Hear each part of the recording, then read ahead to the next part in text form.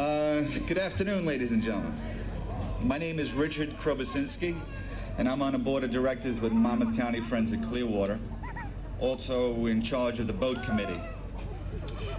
This afternoon I just wanted to give you some general information about Clearwater and what Mother Clearwater is about, what we're about, because I'm sure there's a lot of new people on the audience. The main thing I wanted to let you be familiar with is that the big ship Clearwater, which is sailing out in the bay today, and you can see her over at the Clam Hut, which is over in the Highlands. You can't help but see it when she goes across the bay. It's the largest set of sails going in the bay today.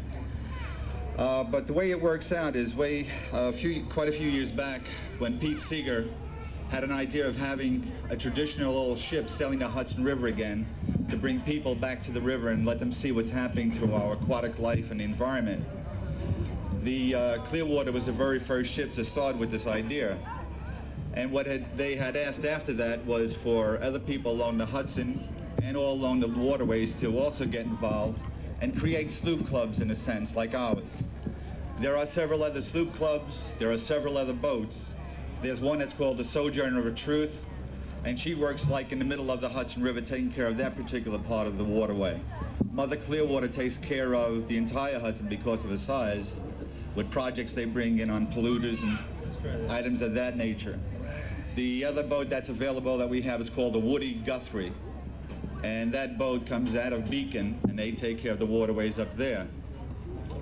About 4 years ago, we were very fortunate to have a boat donated to our organization. If you could look to your left, right at the end of the jetty line here, you'll see double sticks on a Rainbow Race. She got a name from a song that Pete Seeger wrote about the environment.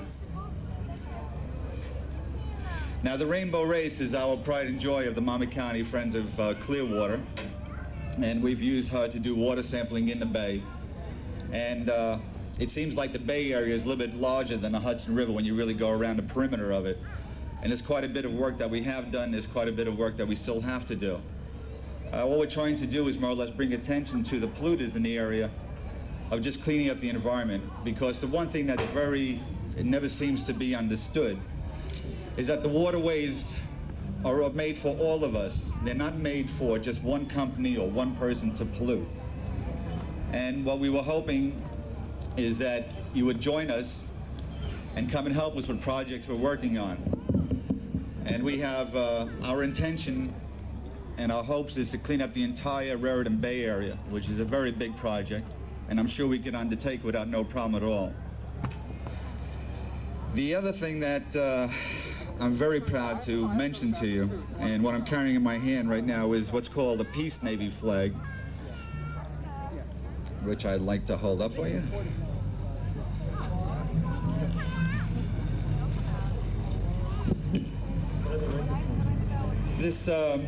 This flag, we received it on May the 30th, and the way that we had gotten this flag is that we became part of what was called the first Peace Navy on the East Coast, and it was against the thing happening at Stapleton on Long Island with the nuclear ships being berthed there.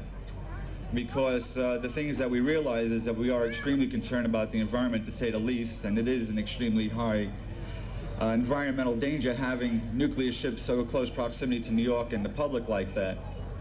We also ask you to help us out with ideas like this, and to let your congressmen and senators know about it, so that we can stop the nuclear ships from going in over there.